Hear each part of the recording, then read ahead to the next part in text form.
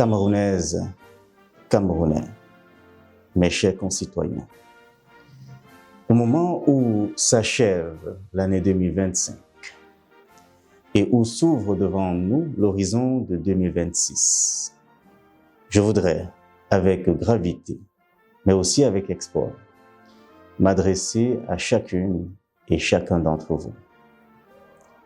Notre pays a traversé des épreuves, connu des progrès, affronté des défis majeurs, mais il est resté debout. Ce discours est à la fois un bilan, une interpellation, mais surtout un engagement.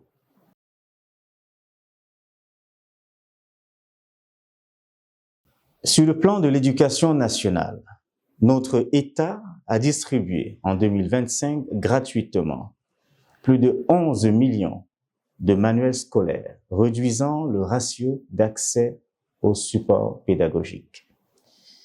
Il a également recruté environ 18 000 enseignants et a formé 120 enseignants, y compris ceux du secteur privé. L'État a apporté un soutien financier pour l'éducation primaire, ce qui a amélioré des résultats scolaires avec des primes transférées dans les comptes directement des écoles concernées. Il revenait à ces écoles donc d'en rendre compte et surtout d'en faire bon usage. L'État a aussi mis en place une opération d'établissement des actes de naissance pour des élèves du cours moyen, deuxième année et de classe 6, prévenant ainsi l'abandon scolaire des enfants sans acte de naissance. Dans sa stratégie de développement éducatif, notre État a mis en place un système d'intégration visant la transformation éducative pour l'équité, l'inclusion et la qualité des apprentissages. Ces initiatives, bien qu'elles montrent l'engagement de notre gouvernement envers l'amélioration de l'éducation et la formation, avec des résultats significatifs pour l'année 2025, mais nous devons demeurer lucides parce que cela nous oblige. Notre système éducatif n'est malheureusement ni compétitif ni innovant. Nos citoyens sont parfois très diplômés, et ça oui, mais ne deviennent vraiment innovants que lorsqu'ils émigrent vers des pays développés. La formation professionnelle doit être totalement réformée pour suivre un peu l'exemple de la formation professionnelle telle qu'elle se fait au Canada, par exemple.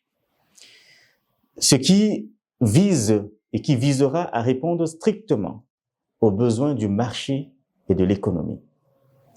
À l'ère de l'intelligence artificielle, notre État doit opérer en 2026 une transformation complète de notre système éducatif en introduisant systématiquement, à partir de la maternelle jusqu'au supérieur, des programmes d'intelligence artificielle à degré de complexité.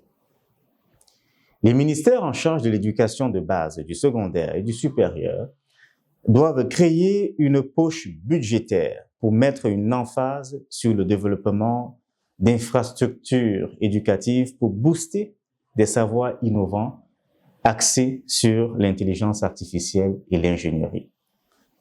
À défaut, ils doivent articuler une stratégie de financement à travers des PPP.